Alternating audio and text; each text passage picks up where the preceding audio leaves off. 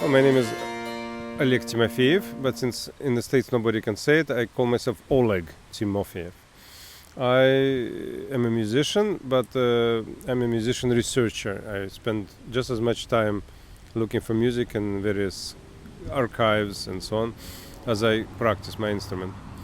I specialize in plucked instruments, so lute and guitar. That's how I left Moscow in 1989, playing lute, and arrived in the States. Since then, I discovered the Russian guitar tradition, seven-string guitar tradition. The thing about the Russian guitar tradition is, first of all, that it's completely overlooked. Nobody in Russia, and I can say it with authority, nobody is paying any attention to it, nobody is doing it. The Russians, I seriously consider applying for the status of UNESCO forgotten tradition, because it was interrupted and people for years were not doing anything about it.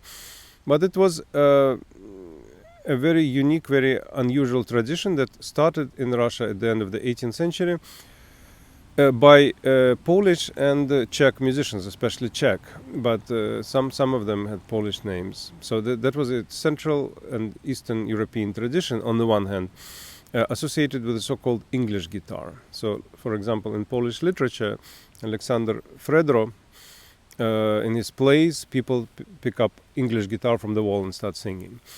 It was an instrument that was shaped differently. It was shaped like a pear, and tuned to a major chord.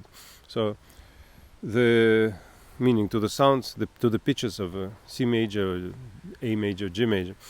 Those Czechs and Poles who lived in Russia, they brought this instrument with them and met musicians from Western Europe, Italian and French, and together they created this hybrid instrument that looked like the Spanish guitar, had gut strings like Spanish guitar, but was tuned like the English guitar used in Poland and Bohemia.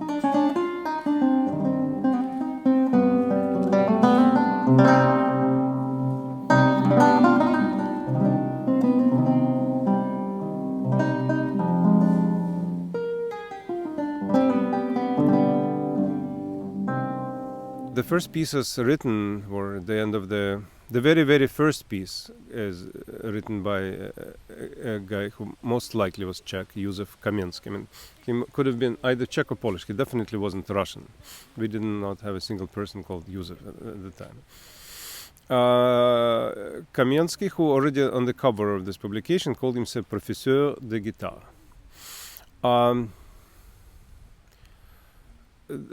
Needless to say, there was nothing Russian about the music at the time. It was just normal music, but written for this interesting instrument and this interesting tuning. And then, towards 1820s, it became the super popular instrument. For example, Vasily Tropinin, a very good Russian painter, I noticed, when I was a kid, I had a little postal stamp with a painting called Guitarist, and you could see a very poetic kind of guy with open shirt and sort of probably singing to his guitar. Then later I noticed that the painting wasn't quite the way I remembered it. And I realized that Tropinin actually had 12 different paintings, Guitarist. And every time the position of the hands was completely identical. It was only the face that was a little different. So the genre, it was some sort of a genre, portrait with guitar. Everybody wanted to be with the guitar. You find these depictions in Pushkin, in Tolstoy's War and Peace. Guitar was a very major part of the culture.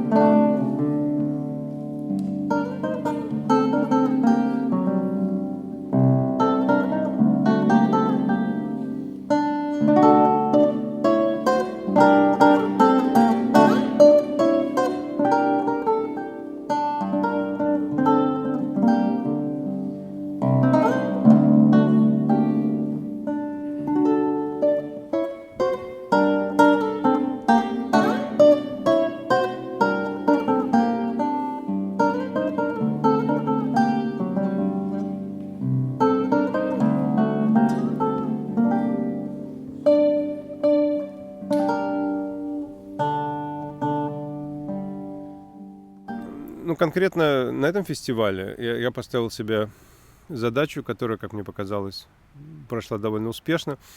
Сделать концерт не только из русской музыки, но русской музыки, которая показывает космополитическую обстановку в начале XIX века. То есть переложение Сихра, который был чех, им переложенные два полонеза Огинского. Пьесы, написанные в испанском стиле. Украинский косак и потом произведение Василия Соренко, который был украинский композитор.